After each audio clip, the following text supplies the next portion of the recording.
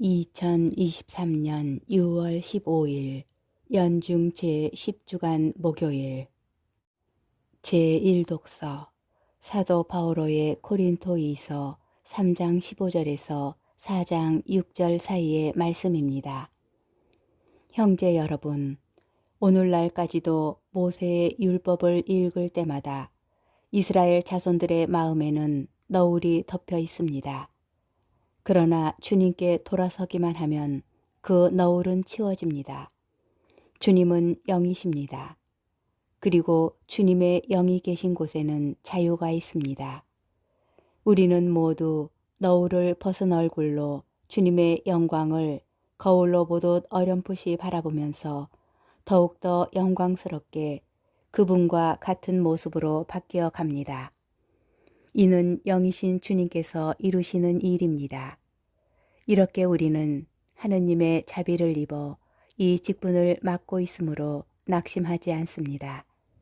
우리의 복음이 가려져 있다 하여도 멸망할 자들에게만 가려져 있을 뿐입니다. 그들의 경우 이 세상의 신이 불신자들의 마음을 어둡게 하여 하느님의 모상이신 그리스도의 영광을 선포하는 복음의 빛을 보지 못하게 한 것입니다. 우리가 선포하는 것은 우리 자신이 아닙니다. 우리는 예수 그리스도를 주님으로 선포하고 우리 자신은 예수님을 위한 여러분의 종으로 선포합니다. 어둠 속에서 빛이 비추어라 하고 이르신 하느님께서 우리 마음을 비추시어 예수 그리스도의 얼굴에 나타난 하느님의 영광을 알아보는 빛을 주셨습니다. 주님의 말씀입니다. 복음, 마테오복음 5장 20절에서 26절의 말씀입니다. 그때 예수님께서 제자들에게 말씀하셨다. 너희의 의로움이 율법학자들과 바리사이들의 의로움을 능가하지 않으면 결코 하늘나라에 들어가지 못할 것이다. 살인해서는 안 된다. 살인한 자는 재판에 넘겨진다. 고 옛사람들에게 이르신 말씀을 너희는 들었다. 그러나 나는 너희에게 말한다. 자기 형제에게 성을 내는 자는 누구나 재판에 넘겨질 것이다. 그리고 자기 형제에게 바보라고 하는 자는 최고의회에 넘겨지고 멍청이라고 하는 자는 불붙는 지옥에 넘겨질 것이다. 그러므로 내가 제단에 예물을 바치려고 하다가 거기에서 형제가 너에게 원망을 품고 있는 것이 생각나거든 예물을 거기 제단 앞에 놓아두고 물러가 먼저 그 형제와 화해하여라. 그런 다음에 돌아와서 예물을 바쳐라. 너를 고소한 자와 함께 법정으로 가는 도중에 얼른 타협하여라. 그러지 않으면 고소한 자가 너를 재판관에게 넘기고 재판관은 너를 형리에게 넘겨 내가 감옥에 갇힐 것이다. 내가 진실로 너에게 말한다. 내가 마지막 한 입까지 갖기 전에는 결코 거기에서 나오지 못할 것이다. 주님의 말씀입니다. 오늘의 묵상. 어제 복음에서 예수님께서는 율법을 완성하러 오신 분으로서 율법 안에 담긴 충만한 의미를 드러내려는 의지를 드러내셨습니다. 그 의지는 이어지는 단락에서 곧바로 실현됩니다. 마테오복음 5장 21절에서 48절에는 뭐뭐라고 이르신 말씀을 너희는 들었다. 그러나 나는 너희에게 말한다. 는 식의 정형화된 문구로 시작하는 6가지 가르침이 나열됩니다.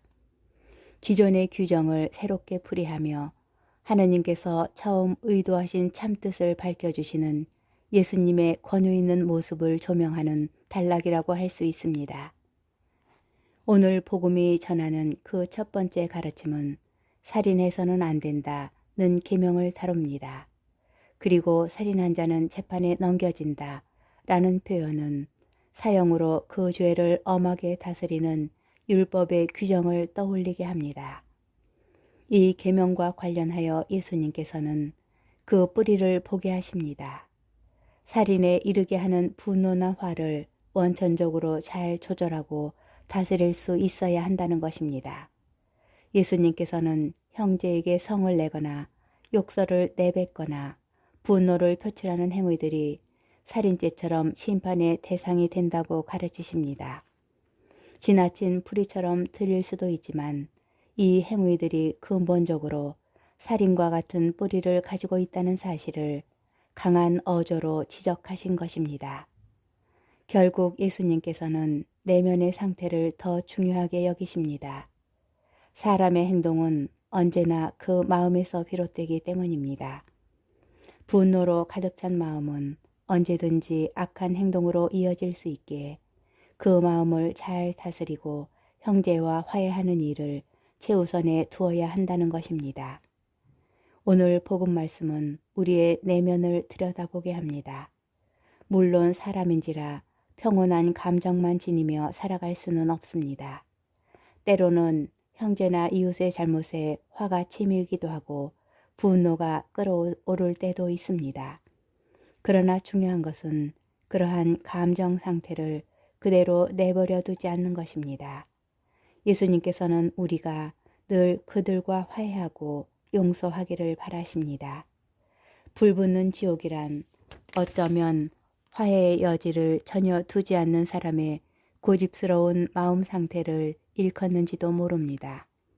우리 마음이 화해, 곧 불바다의 마음이 되지 않도록 잘 관리하여야 하겠습니다.